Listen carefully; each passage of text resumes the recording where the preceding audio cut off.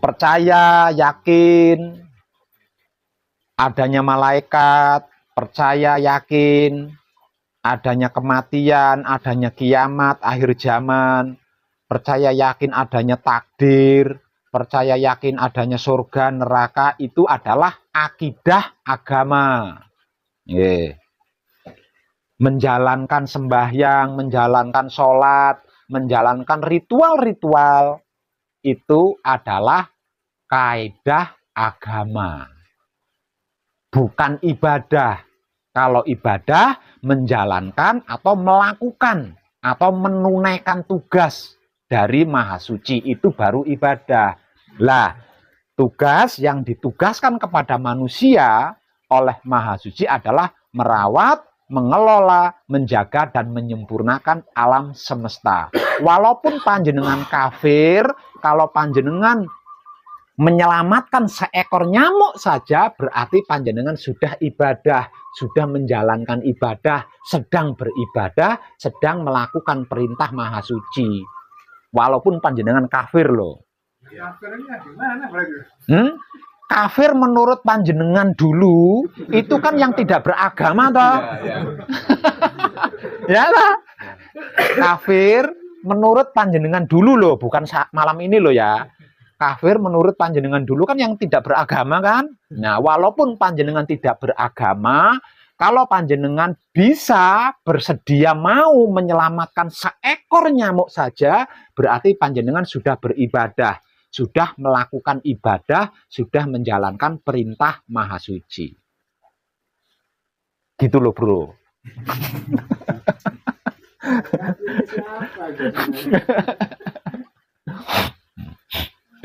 Nah, terus satu lagi ya, kafir.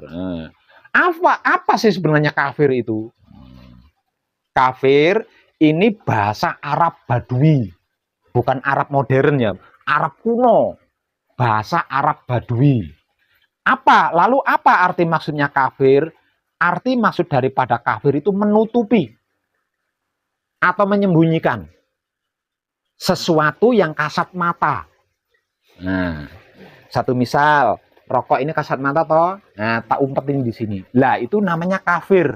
Menurut Arab Badui itu namanya kafir karena menutupi sesuatu yang nyata.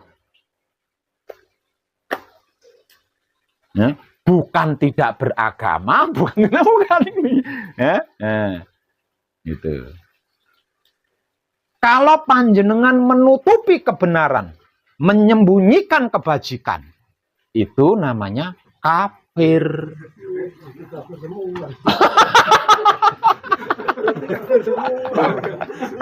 Siapa yang kafir ya?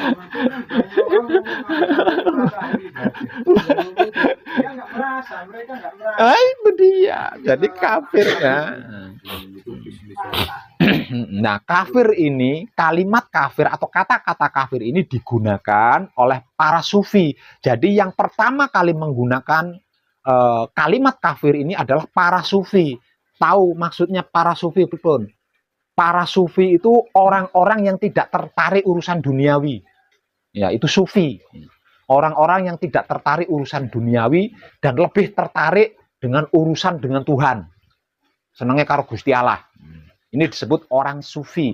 Nah, yang pertama kali menggunakan kata-kata kafir adalah orang-orang sufi. Ketika dia digunakannya ketika dia mengetahui seseorang menutupi atau membohongi kebenaran atau kebajikan. Misal bohong, nah, bohong ini bisa masuk ke kafir ini. Ya. Bohong, menipu, menutupi, menyembunyikan kebaikan, kebajikan, ini masuk kafir. Nah, ketika orang-orang sufi ini bertatap wajah atau menemukan orang-orang yang seperti itu, maka mereka mengatakan kafir. Artinya engkau menyembunyikan kebenaran. Kafir. ente itu bahasa Jakarta ya, bahasa kono apa? Antum lah aku. You kafir. Artinya kamu menutupi kebaikan, artinya kamu menyembunyikan kebenaran. Itu. Jadi kafir itu bukan tidak beragama atau tidak menjalankan kaidah agama, bukan. Siapapun panjenengan, walaupun panjenengan ahli akidah, ahli kaidah, kalau panjenengan mempolitiki kebenaran, kebaikan, menutupi kebenaran kebaikan, berarti Anda kafir.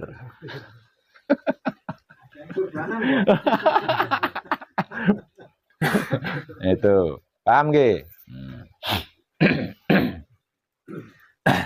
Kembali kepada pokok, yaitu ibadah. Ibadah adalah melakukan atau menunaikan atau menjalankan perintah Maha Suci.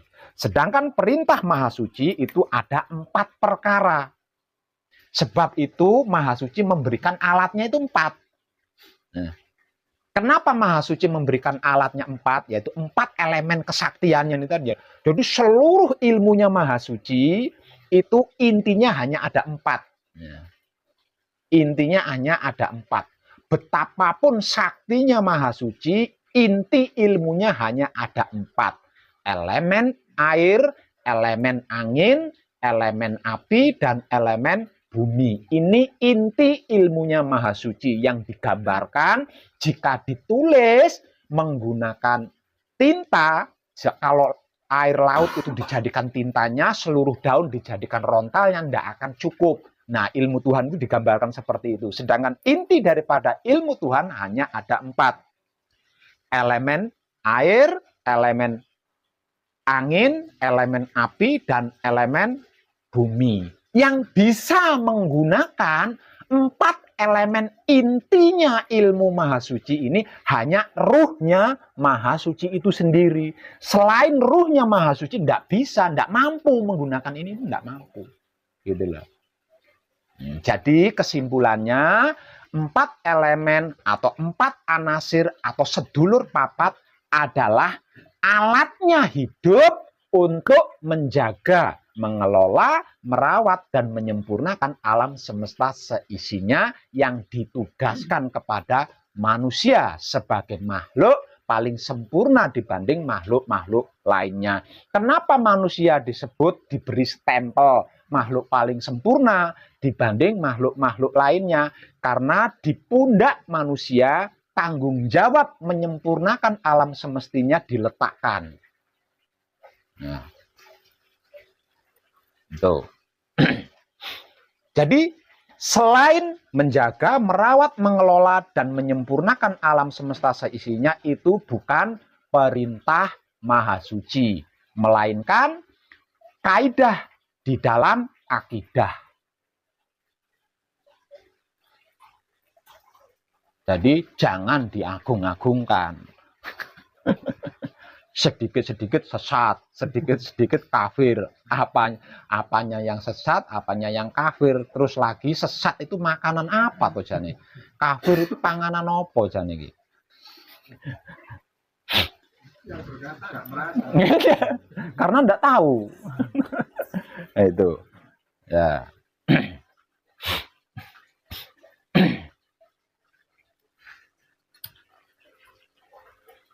Selanjutnya, ketika kita mengibadahkan wahyu pancagaib menggunakan sikap dan sifatnya wahyu pancagaib itu sendiri, yaitu wahyu pancalaku atau iman, sistematik atau otomatis di luar rancangan kita itu sedang melakukan penjagaan, perawatan, pengelolaan, dan penyempurnaan alam semesta seisinya. Ini di luar rancangan kita. Nah, jadi ketika kita itu mengibadahkan wahyu pancagaib, menggunakan sikap dan sifatnya wahyu pancagaib itu sendiri, yaitu wahyu pancalaku atau iman, secara otomatis wahyu pancagaib ini aktif, bekerja sesuai tugasnya, menjalankan tugasnya. Lah kita tinggal menikmati rasanya, menggunakan kesadaran cinta kasih sayang hidup. Apapun itu akan terselesaikan, apapun itu akan sempurna, apapun itu akan terselamatkan tanpa berupaya, gitu loh, tanpa berupaya.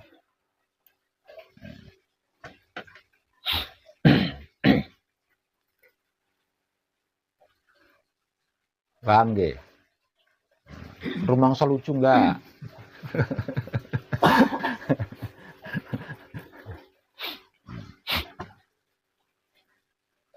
Jadi jangan kalau pergi ke suatu tempat, jangan pernah bertanya tempat ibadah mana. Tempat ibadah itu alam semesta seisinya. Di mana engkau menghadap, di mana engkau berada, disitulah tempat ibadah. Di mana engkau menghadap, disitulah Maha Suci.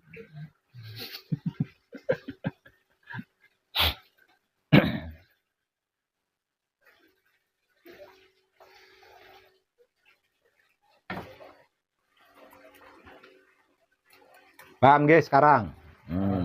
Ibadah adalah menjalankan perintah Maha Suci. Akidah adalah keyakinan atau kepercayaan di dalam agama atau komunitas atau organisasi. Sedangkan kaidah adalah aturan main di dalam keyakinan tersebut, atau aturan main di dalam kepercayaan tersebut, atau aturan main di dalam organisasi atau golongan tersebut. Gitu loh bro. Sedangkan haji adalah ziarah atau mendatangi tempat peninggalan leluhur terpenting. Itu haji. Kafir menyembunyikan atau menutupi kebajikan atau kebenaran. Semoga-moga iki bar nyimak video iki dong guyu. Ya, kalau panjenengan merasa sering berbohong ya berarti panjenengan sering kafir. Ya. Kalau panjenengan merasa sering berbohong ya berarti panjenengan sering kafir.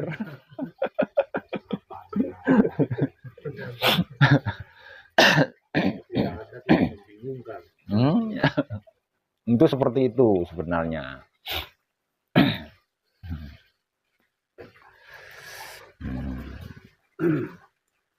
Sedangkan iman, selama ini kita memaknai iman itu yakin kan? Memaknai iman itu percaya kan? Makanya ada kata-kata beriman kepada Allah, beriman kepada hari kiamat, beriman kepada... Karena gitu kan? Iman itu bukan yakin, bukan percaya. Iman itu adalah kesediaan, pasrah kepada Maha Suci, menerima keputusan Maha Suci dan mempersilahkan kuasa Maha Suci. Itu iman. Untuk apa panjenengan berakidah? Untuk apa panjenengan berakidah? Artinya untuk apa panjenengan yakin bahwa Allah itu ada? Kalau panjenengan tidak pernah pasrah kepada Allah. Hah? Untuk apa panjenengan berakidah? Untuk apa panjenengan yakin Allah itu ada? Kalau panjenengan tidak pernah menerima keputusan Allah. Untuk apa panjenengan berakidah? Untuk apa panjenengan yakin kepada Allah? Kalau panjenengan tidak pernah mempersilahkan kuasa Allah. Selama ini Allahnya dijadikan sapam tok. Kongkon nunggu kae, nuruti permintaan. Nah, untuk apa? Nah. Gitu. Kayak seakan-akan itu Allah itu sosok menakutkan. Ini kan. Jadi iman itu adalah wahyu pancalaku yang merupakan sikap dan sifatnya wahyu pancagaib atau 5 ruh pemberian Tuhan atau Maha Suci.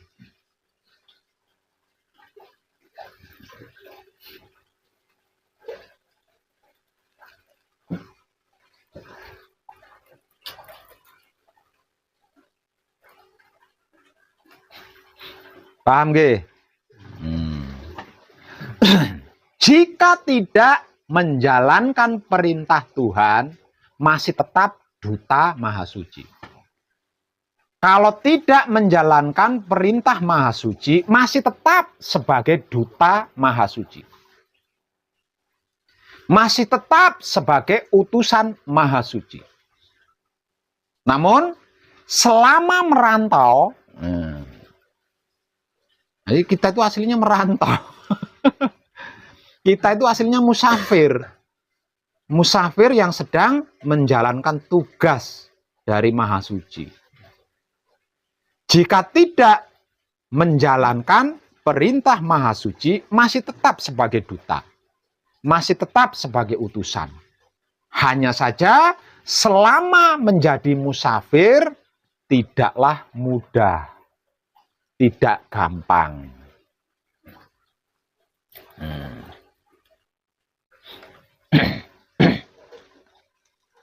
Tidak mudah, tidak gampang. Karena apa? Karena hanya makhluk paling sempurnalah dibanding makhluk-makhluk lainnya. Yang diberi otak bisa berpikir. Diberi hati bisa membatin, diberi kelamin bisa bersahwat. Itu hanya manusia. Selain manusia tidak, kecuali makhluk reinkarnasi. Ya. Saya ulang, kalau tidak menjalankan perintah Maha Suci, kalau tidak menunaikan perintah Maha Suci, masih tetap sebagai duta. Masih diakui sebagai duta. Masih tetap sebagai utusan. Masih tetap diakui sebagai utusan. Namun selama menjadi musafir, bertugas, yang sesungguhnya sedang bertugas, tapi tugasnya tidak dijalankan gitu loh. Menjadi TKI ilegal, katakanlah seperti itu. Ya, menjadi TKI ilegal. Ini tidak mudah. Ya gambarannya seperti TKI ilegal itu tadi loh. Tidak mudah, tidak gampang. Kenapa kok tidak mudah? Kenapa kok tidak gampang? Kenapa tidak ringan? Karena manusia itu diberi otak bisa berpikir. Diberi hati bisa membatin, diberi kelamin bisa bersahwat. Lah ini yang menjadikan tidak mudah, tidak gampang, tidak ringan hidup di dunia ini. Artinya untuk mendapatkan kemudahan-kemudahan, untuk mendapatkan keringanan-keringanan di dalam kehidupan di dunia ini, seseorang itu harus menjaga pikirannya. Ya, seperti yang di sana itu bla bla bla bla bla itu. Harus itu. Kalau tidak, bisa. Karena otak kita bisa berpikir. Jangankan yang lain, Maha Suci aja ditentang. Maha Suci aja dihianati. Ini cara kerjanya otak kita. Kalau tidak mengerjakan perintah Maha Suci. Kalau tidak menjalankan perintah Maha Suci, cara kerja otak kita itu seperti itu. Menentang Maha Suci, melawan Maha Suci, mengkhianati Maha Suci.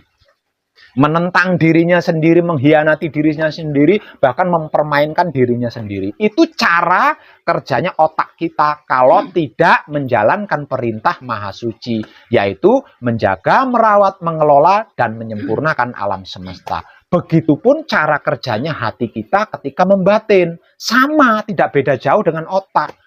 Termasuk cara kerjanya kelamin kita ketika bersahwat, artinya ketika berkeinginan. Itu juga sama, tidak jauh beda dengan hati dan otak kita. Nah, ini yang mempersulit. Nah, untuk memperbaiki ini, maka seseorang itu harus mengenal dirinya. Dirinya itu siapa, dirinya dari mana, dirinya untuk apa, dan dirinya hendak kemana, harus. Nah, setelah seseorang itu mengenal dirinya dari mana, dirinya itu siapa, dirinya untuk apa, dan dirinya hendak kemana, lah kesadaran hidupnya ini baru bangkit, bangun. Baru bangun. Nah, setelah kesadarannya ini hidup, setelah kesadarannya ini bangun, nggak dari tidur panjangnya ini tadi ya, bangun. Nah, di sini dia baru bisa mengenal. Baru bisa mengenal. Setelah mengenal, maka terjadilah kemanunggalan. Terjadilah kemanunggalan. Lah, di dalam kemanunggalan ini hanya dapat dilakukan dengan cara mengibadahkan wahyu pancagaib menggunakan sikap dan sifatnya wahyu pancagaib itu sendiri, yaitu wahyu pancalaku atau iman. Jika tidak bisa manunggal. Tidak bisa manunggal, ditempuh dengan cara bertapa, puasa, rialat, sesaji, dibeli, bayar, ayo saya mau manunggal tak bayar. Gitu. Tidak bisa menggunakan ilmu kesaktian, ilmu kanuragan, tidak bisa. Gitu. Bisanya hanya dengan mengibadahkan wahyu pancagaib menggunakan sikap dan sifatnya wahyu pancagaib itu sendiri, yaitu wahyu pancalaku atau iman. Karena apa? Karena kemanunggalan ini tentang kesadaran cinta kasih sayang hidup. Ya, kemanunggalan itu adalah tentang kesadaran cinta kasih sayang hidup. Bukan tentang yang lain. Manunggalan itu bukan tentang yang lain. Ah, saya mau manunggal biar kaya raya. Itu nggak bisa. Karena tentang kesadaran yang baru bangun dari tidur panjang ini tadi loh. Yang baru bangun dari tidur panjang itu tadi loh. Itu kemanunggalan. Nah, lalu yang manunggal itu siapa? Yang manunggal itu apa? Yang manunggal adalah sedulur papat kalimo pancer.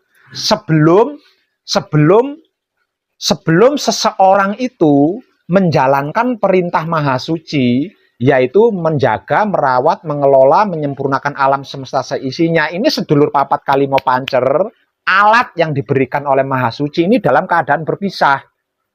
Ya, dalam keadaan berpisah.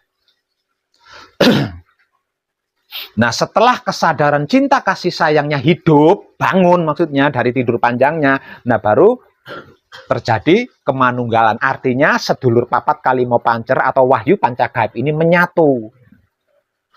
Manunggal di mana? Menyatu di mana? Di wujud kita, di raga kita. Agar apa? Agar supaya apa? Agar supaya kita bisa menjalankan perintah Maha Suci. Jadi perintah Maha Suci itu hanya dapat dijalankan, hanya dapat ditunaikan dalam keadaan manunggal jati. Artinya sedulur papat kalimo pancer ini bersatu padu dengan wujud, berkongsi dengan wujud, bersekutu dengan wujud, bekerja sama dengan wujud. Kalau tidak seperti itu, tidak bisa menjalankan perintah Maha Suci, merawat, menjaga, mengelola, menyempurnakan alam semesta itu tidak bisa. Sendiri-sendiri itu nggak bisa. Dibutuhkan kerjasama yang baik, dibutuhkan perkongsian yang baik, dibutuhkan persekutuan yang baik antara sedulur papat kalimo pancer dengan wujudnya. Seperti itu.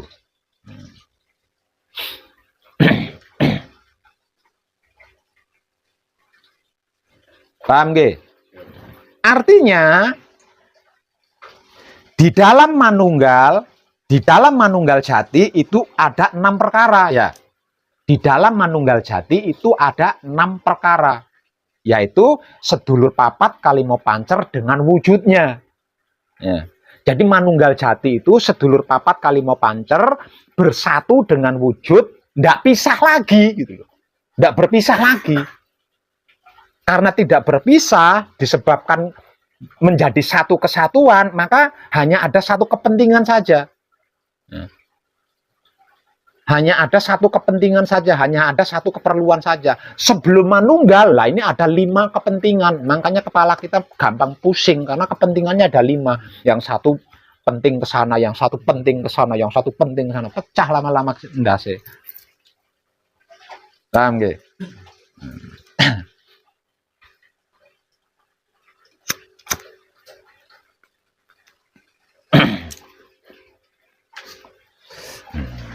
Manunggal jati berarti ada 5 perkara. Sedulur papat kalimo pancer dengan raga. Nah, Dengan dalam keadaan manunggal jati, seseorang baru bisa menjalankan perintah Maha Suci. Dalam keadaan belum manunggal jati, nggak bisa. Nggak akan bisa. Pasti kacau hasilnya. Kacau hasilnya. Bagaimana tidak kacau? Yang satu suka kopi pahit. Satunya suka kopi agak manis. Satunya kopi manis. Ayo, mulutnya satu ini. Mulutnya cuma satu ini. Apa bikin 3 gelas?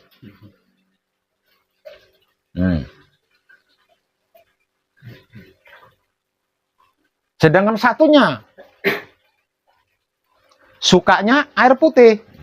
Oh, berarti sekali minum harus 4 gelas ya.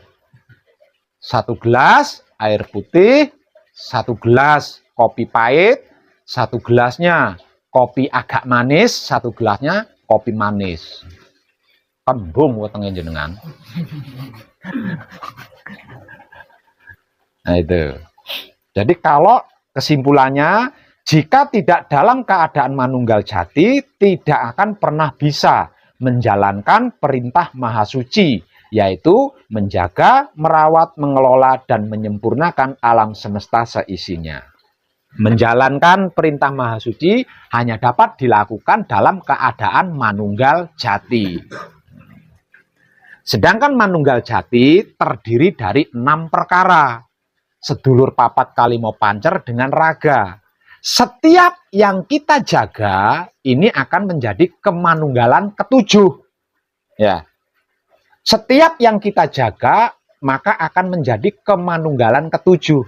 Misal contoh, manunggal jati terdiri dari 6 perkara. Sedulur papat kalimo pancer dengan wujudnya. Ya.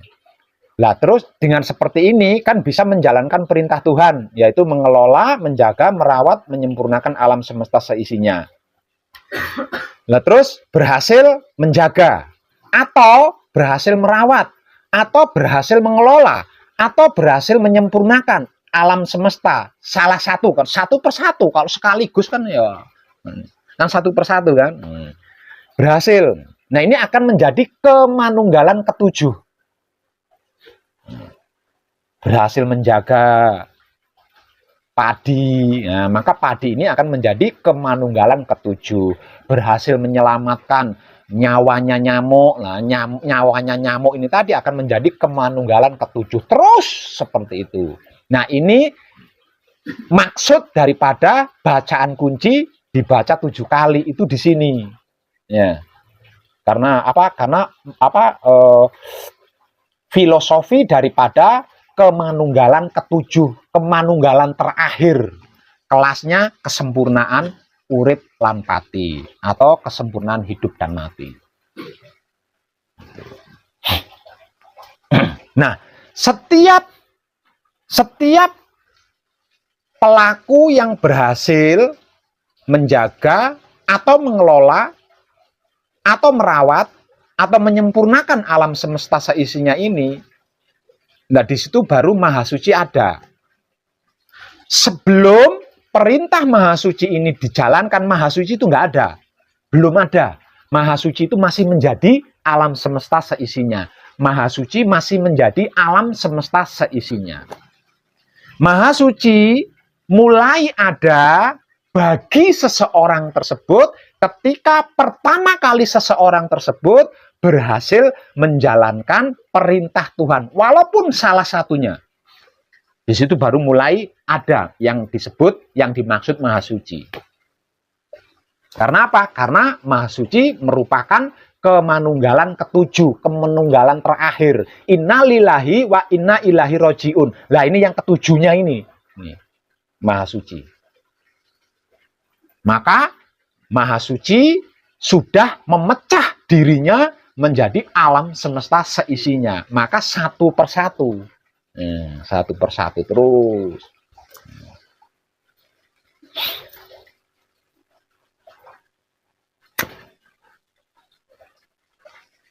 Paham? Dengan seperti itu,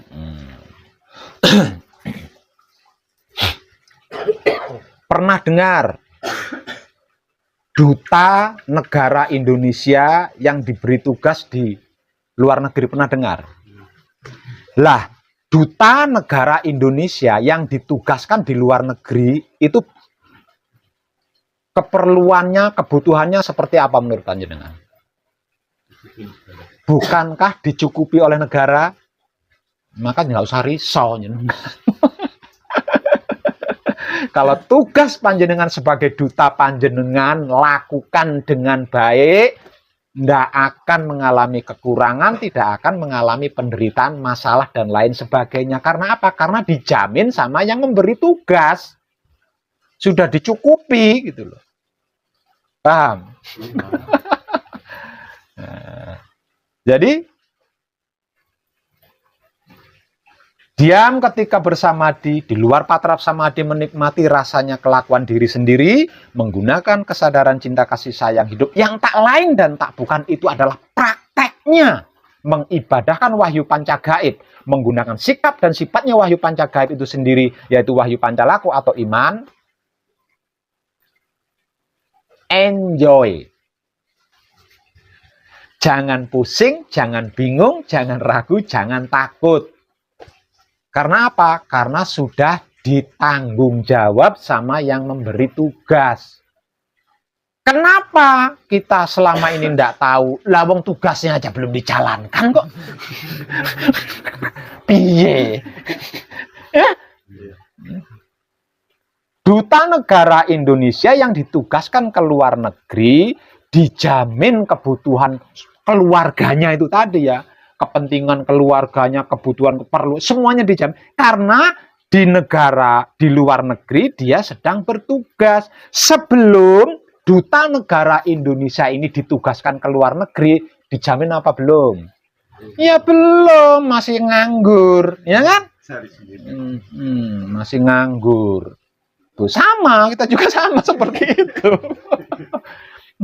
Makanya kita nggak tahu kalau kita itu punya bekal. Kita nggak pernah ngerti kalau kita itu punya bekal, kita nggak pernah paham kalau kita itu punya bekal. Nggak bisa ngambil bekal kita, nggak bisa menggunakan bekal kita. Lawang pekerjaannya belum dikerjakan. Nah.